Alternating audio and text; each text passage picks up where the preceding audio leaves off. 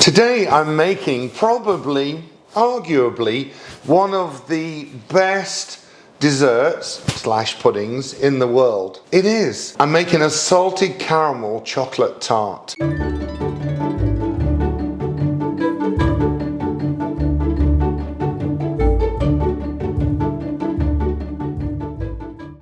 I mean, who doesn't love chocolate and salted caramel and a chocolate pastry crust as well? So we start off with a pastry crust on the bottom and then a big layer of salted caramel, and on top of that we do some chocolate ganache, and at the end it looks like a grown-up Twix bar. So first of all, I've got to make the pastry, and that's really easy. All the ingredients go into the food processor. So let's start with that. Everything in the food processor, let it all blend together, and then we've got our pastry. So first of all, some flour, and then some butter, and I've softened the butter to room temperature. Then I'm putting some cocoa in there, some icing sugar, or powdered sugar, a little bit of vanilla, and an egg. Once all the ingredients are in, pop the lid on, and then just pulse away. Take a look. How easy is that, just to make some chocolate pastry? Take the paste out of the food processor. Now at this stage, depending on how soft the butter was, your paste could be really, really soft. If it is, then just wrap it in parchment paper, put it in the fridge, let it harden up just for a little while. Otherwise you won't be able to roll it out and line the tin. And I've got this tin with the push button because this is easier for the tarts, and it makes it look pretty too. So mine is, I think, just nice. It may be a little bit soft, we'll see. So some flour on the board, and then with a rolling pin we're just going to roll it out to about 1/2 inch thick. Not everyone's going to be making this at home, so if you want to, you can buy the store-bought pie crust. You can actually use graham crumbs or digestive biscuits and do almost like a cheesecake base in there. I promise you, this chocolate pastry is amazing. So once it's nice and flat, roll it back onto the pin, lift it up, and then roll it over carefully. There, roll it over the tin. Now, what I like to do is lift and push with my finger in there. Doesn't matter if we've got a little hole, we'll come back to that in a minute. But look, all the way around, so we're pushing into that corner. Then, once we've been all the way around, we can take a little bit of our leftover and push that in there. Nobody's going to notice. We can then take off our excess all around the top. And to do that, just put the rolling pin on top, once that way and once this way. Remove all this excess. Don't waste it, put it in the fridge in case you're baking this again, or just roll it out and make some cookies. Next, I want to go around the edges and just squeezing it so the pastry is not too thick. We want it all pretty much the same thickness, all the way around the tin. Then, once we've done that, we'll take a knife, and you see here, it's sticking out over the edge. We'll take a knife and then just run it across the top, and that's going to make it look really pretty. If you like the pastry and you don't want to do a chocolate base, then where it says the cocoa, you substitute extra flour, the same amount for the cocoa, and you can do the vanilla ones too. Once we've done, and it's in the mold, already looking pretty, we want the oven on at 350 degrees. I'm going to put this onto a baking sheet because it's loose bottom and I don't want it to sort of push out. So it'll sit nicely in there, and that'll be much easier then for taking care of. Next thing, we're going to bake it, and we want to bake the crust until the pastry is nice and dry. If we put it in the oven like this, then the sides will just collapse. So what we have to do is blind bake it, that's what it's called, blind baking it. And blind baking it, we put a piece of parchment paper in the bottom, and then we put in there some baking beans or pie weights, but I just buy the beans and the dried beans, and you can use them again. Just save them just for when you do this. Want to make a nice circle, so fold in half and then turn it sideways, fold in half again, and then just start folding in. Easy peasy. And then go to your center and to your edge, just there.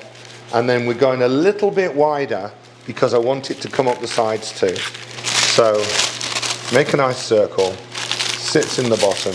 Push it into those corners because that's really important to hold the shape. Then we'll put our baking beans in there. And it goes into the oven, 350 degrees, and we'll cook it for about 15 minutes. Once it's been in the oven for about 15 minutes, carefully lift it away at the sides. And then we lift out those beans. And we can save them to use again and again. You can see from the colour in there, it's nice and brown, dark brown around the outside. That means it's almost cooked. In the centre it's still wet. So now it goes back in the oven for about 10 minutes just to cook the base. Once the base is cooked, you can look at it closely and you can see now it's all like a matte brown colour. We've lost all that sort of wet, shiny texture that was on the bottom. So it's cooked nicely, and what we'll do is we'll just leave it to set, to cool down. While it's cooling down, we'll make the caramel. Once the pastry case is nicely cooked and cooled just a little, you can still pour the mixture in warm, but it does need to cool down a little bit.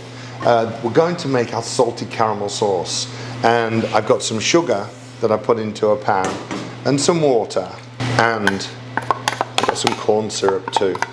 And I'm going to put this on the stove and boil it, let it boil away. Not stir it, but just give it a little shake every now and again until it goes a beautiful caramel colour. And everyone knows what caramel smells like, so just give it a waft and you can smell it. The only thing you don't do is stick your finger in. That's not a good idea. So on the stove.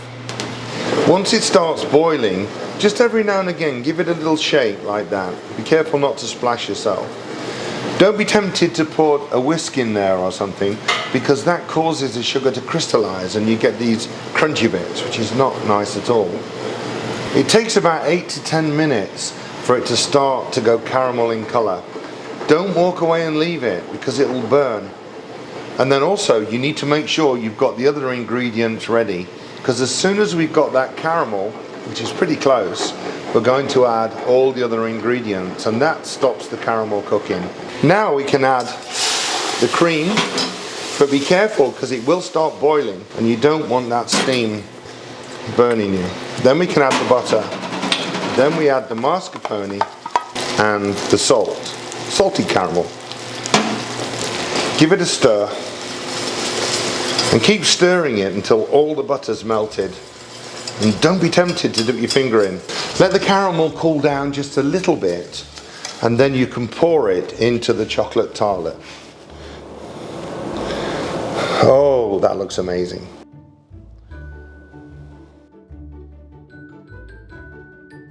Now we've got to let it cool down completely for probably several hours, just to let it set so it's nice and firm, and then we can put the chocolate over the top. Once the salted caramel is set in the tart, then we can make the chocolate topping. Now, I'm using dark chocolate. If you're making this for the family at home and the kids like milk chocolate or white chocolate, this is when you just switch the same amount and make a white chocolate topping. And you can sprinkle on the top some M&Ms and some any sort of chocolate chips or anything you want to make it sort of super kid friendly. But I'm doing just a classic dessert. And I think, you know, with a little sea salt, this one is amazing. So I start off just by boiling some cream. And I'm making what we call a ganache. If I just put melted chocolate over the top, it would be so firm I couldn't cut through it. So a little cream and chocolate makes this ganache, and that makes it just nice to cut through. Bring the cream to a boil, then turn it off, and then add your chocolate chips. And just whisk away until we have this gorgeous, thin, creamy, smooth ganache. And all that chocolate is melted. Once it's melted, we can pour onto the caramel. My salted caramel is set and it's quite firm now. If you want, you can make it several days ahead and put it in the refrigerator, but you need to bring it out to let it come to room temperature, otherwise it'd be really tough to cut it. That's nice and firm, and now I can start adding my chocolate. Just layer that over the top and then spread it out. And that's the salted caramel chocolate tart. So if you like the recipe, give me a thumbs up and leave a comment below. Share the recipe with your friends. And if you haven't subscribed already, subscribe. We're almost at 400,000 subscribers. Gonna let this go cool and then we'll cut into it and I can show you what it's like inside. Once the chocolate's set, we can lift it out of the mold carefully. So take off the bottom and then place onto the board. Next, use a knife and then make sure it goes underneath the flan and it's on the board all the way around so it's not sticking. Once you've released it, then carefully take out the base. Straight down into it and let's cut out a piece. And take a look at this salted caramel chocolate tart. Doesn't that look amazing? And then just to finish, to make it a real salted caramel chocolate tart flan, we take a little molten sea salt flakes. These are the actual flakes of salt, the best. Of course they're the best, from England. And then I'm going to sprinkle just a few of those on the top. You can use kosher salt if you want to, or any of the different flake salts. I love the molten salt, and I put a link to it in the description below, along with the recipe. The recipe is there as well. So let's look into this now. Our salted caramel chocolate tart. And the longer you leave it out, and I think you leave it out for about an hour before you want to serve it, and the caramel starts to soften up. And it's quite firm now, but it's great for cutting it. But once you actually come to serve it, I promise you, you leave it out too long, it'll just be running across the plate like sort of melted brie. But look at that. I mean, it's like a grown-up's Twix, right? I can't wait to try it. I'm going to wait and serve it to my family. It's one of my favorites. Everybody loves chocolate. Everybody loves salted caramel. And this is a super one to make for the family, friends, when you all get together. And the kids love it too.